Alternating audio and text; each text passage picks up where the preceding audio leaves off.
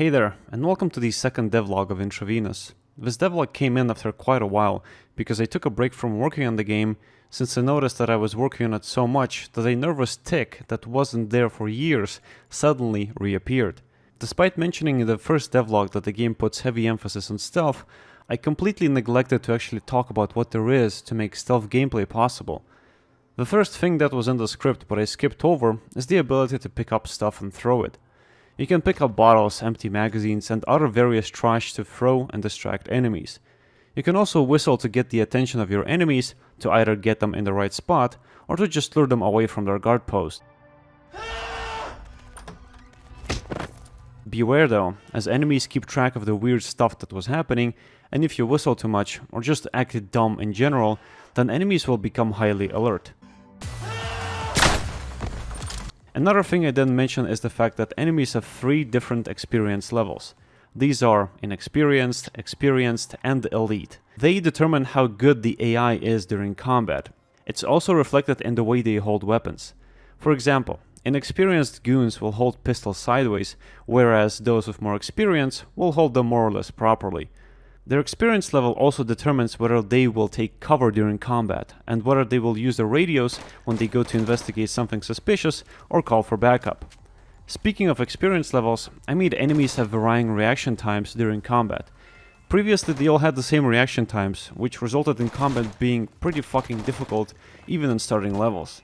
Like I mentioned in the previous devlog, NPCs also react to things like lights being shut out or turned off, dead bodies, doors being opened, basically anything that you would consider to be strange or suspicious.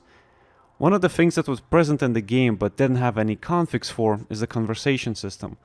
NPCs can talk to each other and reflect on what's happening in the game. Since NPCs stop to talk and discuss the happenings, this has a direct effect on the gameplay, since you might need to time certain actions and the AI might instead decide to chat about something. I also made NPCs follow each other when they're alert.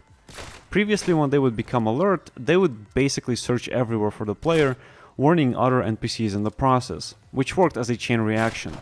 Now they also follow each other around, so when you need to deal with more than one opponent, it gets a lot more difficult. You might have noticed in the first devlog that you could pick up empty magazines, and that they used a weird sprite for that. Well, that was a placeholder asset.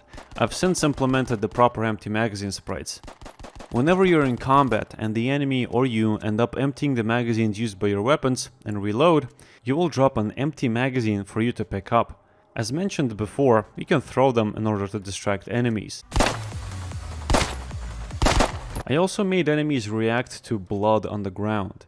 When you kill someone by slitting their throat from the back or by shooting them to death, they bleed on the floor.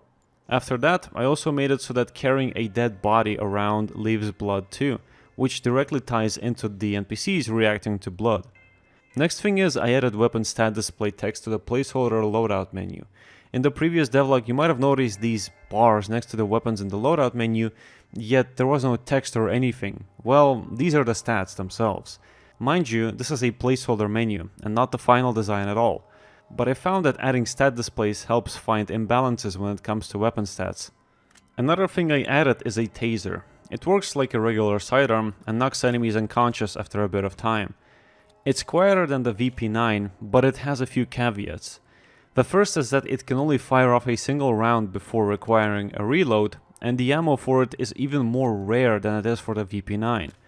The second is that the projectile it fires out is slower than the one in the VP9. The third is that the projectile has a very short range. It currently has no proper assets and uses the VP9 animations, but that's temporary. Next gadget I added is the so-called Disruptor. You can use it to temporarily knock out electrical objects. In this case, the majority of these will be light sources and cameras. It won't alert enemies since it's just causing a malfunction in the functionality of the device, so it allows the player to temporarily get an advantage when it comes to stealth without having to shoot out lights or timing the viewing area of cameras. I think the next gadget I'm going to add are gas grenades, which will knock enemies out in an area effect. On the technical side of things, I optimized the shadow mapping, which is the most graphically expensive thing in the game, so squeezing as much performance out of it is a necessity. The optimization consisted of adding a tiled prepass to the main shader and using this data to skip ray marching in areas that we are 100% sure are in shade. With this optimization on a laptop with an Intel HD 5500 integrated graphics card, given the exact same scenario with a lot of light sources, the frame rate went from 87 to 107 frames per second. That's an improvement of 23%. I also moved the dynamic music system over to a separate thread. It didn't use much of the CPU, but seeing as the main thread is in charge of a lot of things, every little bit helps. So that's it for this devlog. I hope you're finding the game more and more interesting as I upload more of these videos. Thanks for watching. Until next time.